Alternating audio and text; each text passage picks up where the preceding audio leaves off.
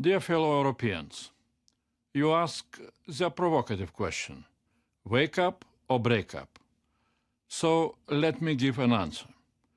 Europe has already woken up and must not break up.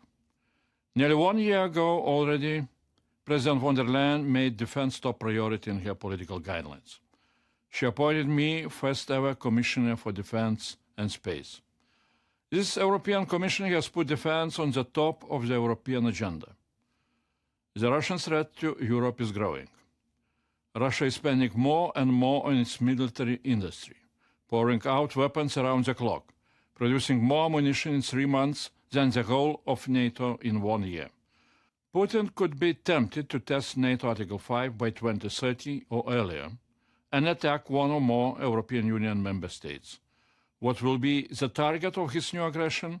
We don't know. Maybe Lithuania or Poland, or maybe Hungary or Slovakia. We don't know. But that will affect all of us, even if the bombs do not hit our own homes, our own countries. If the storm comes, none of us will escape the devastation. Europe is meeting the need of the hour. Member states are increasing defense spending and taking historical decisions, like Germany releasing its debt brake for defense. Hungary asked for permission from the Commission to use the escape clause, which would allow Hungary to increase its defense spending by 1.5% of GDP. Why we are doing that? Why we are increasing our defense spending? Why it is this done by Lithuania, Hungary, Germany, and the majority of other European Union member states? Because we trust the prudence of the Latin saying from the antiquity, if you want peace, prepare for war. All of us, Hungarians, Lithuanians, and Germans, we are united in wanting peace. And that is why we are strengthening our defense of peace, against the biggest threat to peace, aggressive Russia, until Russia abandons war and aggression as instruments of policy and returns to normality. That is why we are waking up, not breaking up, because only together can we defend ourselves. Defense is a matter of solidarity and collective security.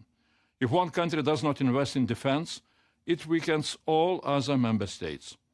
No single member state alone can stand up against Russia, but together we can. That is why we cannot break up, and that is why we cannot betray Ukraine. We all hope for ceasefire or peace in Ukraine. Ukraine is defending all of us. At the same time, Ukraine is defending peace for all of us, for Lithuanians, Germans, or Hungarians. We are grateful to the brave soldiers of Ukraine. If we want peace in Ukraine, we need to strengthen Ukraine's defense, like we are strengthening our defense, not ask Ukraine to surrender. In the future, Ukraine will be the most important part of the new European security architecture, with the strongest battle-tested armed forces in Europe and its impressive drone army. We need Ukraine for our security and our defense. Dear fellow Europeans, I was born in the year of the Hungarian Revolution, and I lived exactly half my life under Russian occupation. And I don't want that for our children and grandchildren. Luckily, we have the European Union and we have NATO. The European Union is one of the largest economies in the world, many times larger than Russia. And NATO is the largest defense military alliance. Together, we can deter Russian aggression and prevent war. In order to achieve that, we need to fully wake up, not to break up.